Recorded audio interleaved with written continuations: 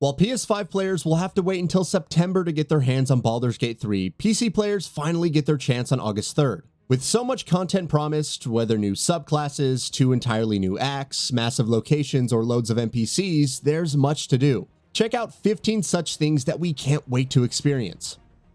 Exploring Baldur's Gate. Above all else, we're looking forward to running around Baldur's Gate. It features 3 districts, the Outer City, the Upper City, and the Lower City, all connected in one seamless open world. Not only can you talk to every character here, with 2,000 interactable NPCs in the entire game, but there's so much to explore and little secrets to uncover. Players can expect dozens of hours of content, not including all the time spent taking in the sights and admiring the attention to detail. Hunting for legendary items. Go on, take this ring. It's lucky. Call it. Heads or tails? Heads it is. See? I've got more where that came from. Real cheat too. Interested? Legendary items in Baldur's Gate 3 are the absolute cream of the crop, so it makes sense that there aren't that many. While their exact functions and how they can alter your builds remains to be seen, they're difficult to find. For fans, it's not unlike the 4 relics of Rivellon added post-launch, providing powerful buffs and benefits, but otherwise serving as a fun little side activity. The legendaries in Baldur's Gate 3 probably won't be out-leveled as quickly, making them much more viable over a longer period. Dying endlessly on Tactician. Tactician is the highest difficulty, and provides the toughest possible challenges throughout the campaign. Not only are enemies stronger, with more health and damage, but smarter, targeting low AC characters and trying to maneuver around tanks to slay casters. Every encounter changes to become that much more challenging. One example is defeating some goblins at the entrance of a town. On balance, it's a normal fight, but in Tactician, they have flame arrows with explosive barrels and oil everywhere. Navigating this hellscape will make for some interesting encounters that will die endlessly to. Playing around with multiclassing. Multiclassing is one of those things that encourage you to embody whatever role you want. With no stat requirements in Baldur's Gate 3 and respecking, it's easy to try out different classes. Perhaps you want to adopt the famous Kensai Mage combo, go with a Stealth Assassin by putting points into Rogue and Gloomstalker Ranger, or place points into almost everything and see what happens. The sky's the limit, even if results may vary. Unleashing higher level spells. A level cap of 12 allows for a greater variety of spells in the full game, with over 600 to choose from. We already know of a few, like Chain Lightning, which arcs between multiple arcs, and Planner Ally, allowing you to summon aid from a powerful entity on the same plane for a price. Otto's Irresistible Dance causes a creature to start dancing, causing a disadvantage to dexterity saving throws and making for some hilarious sights. It's unknown whether Karsus Avatar or Extreme Wish are present, but they would make for some broken abilities. Manipulate the press. In the city of Baldur's Gate is the press that publishes your various deeds, noble and nefarious, in its newspaper. Dubbed Baldur's Mouth, it affects how people think of you depending on your actions. However, the coolest part is that you can break into the building where the press is and manipulate it to your own end. Not only will the world react to this, but it also results in a big surprise, per Larian Studio CEO Sven Vinke. Shoving enemies.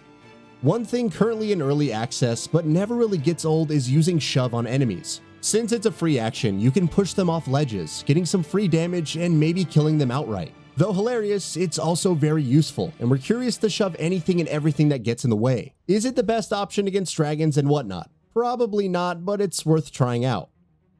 Go full Renegade. The Dark Urge is the first origin character created by Larian with a dedicated story and full customization. Even if you like their default appearance, you could go with a completely different class. However, it also provides a way for players to really embrace their dark side, going on a murder spree and having the story react to the same. While you could resist and learn more about the Dark Urge, Larian teases that things can become incredibly dark if you willingly pursue them. That path of true evil is curious if nothing else, and for role-playing fans who are Renegade for life, it should be an experience unlike any other. Dismembering allies.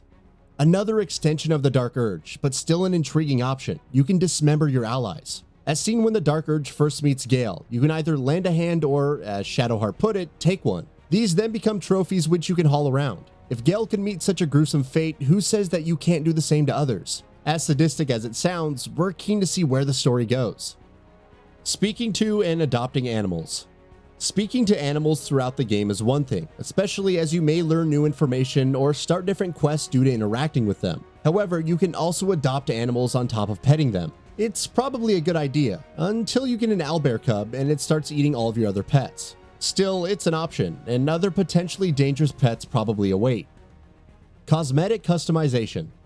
What would a role-playing game, especially Dungeons & Dragons, be without extensive amounts of clothing? On top of the armor you can equip, the city of Baldur's Gate has plenty of clothes to shop for. You can even dye outfits. The fashion game is always essential in titles like this, and being able to dress our party up to look as silly as possible is appealing. Replaying the game and testing new choices. I'm truly sorry. Please, try to relax. This doesn't have to be hard.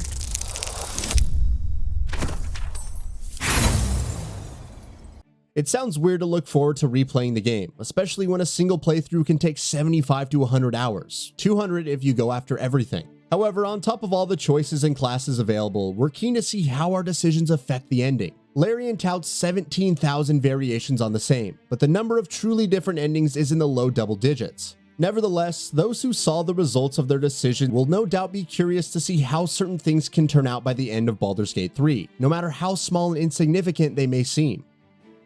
Recruiting different companions.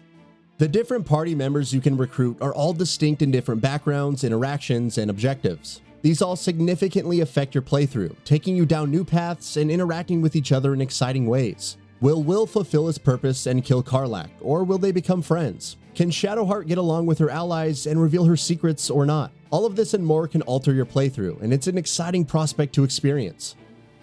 Using Illithid powers. Illithid powers, or true soul abilities, come from the Illithid tadpole within your character and provide additional powers on top of everything else. While limited in early access, they're freely usable in the full game and provide some interesting benefits, from blasting an enemy with psychic energy when concentrating another spell, to teleporting to someone else infected with a tadpole. The real question is whether there will be any consequences to using them, and if so, we can't wait to find out what. Battling new enemies.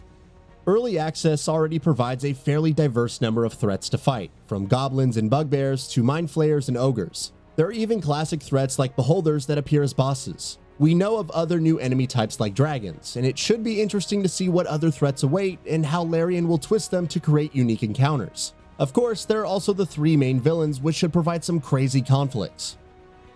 And with that, we reach the end of this video. Have anything to say? Let us know in the comments below. Also, we upload new videos every single day on Gaming Bolt, so please consider subscribing as it really helps us out. Thanks for watching.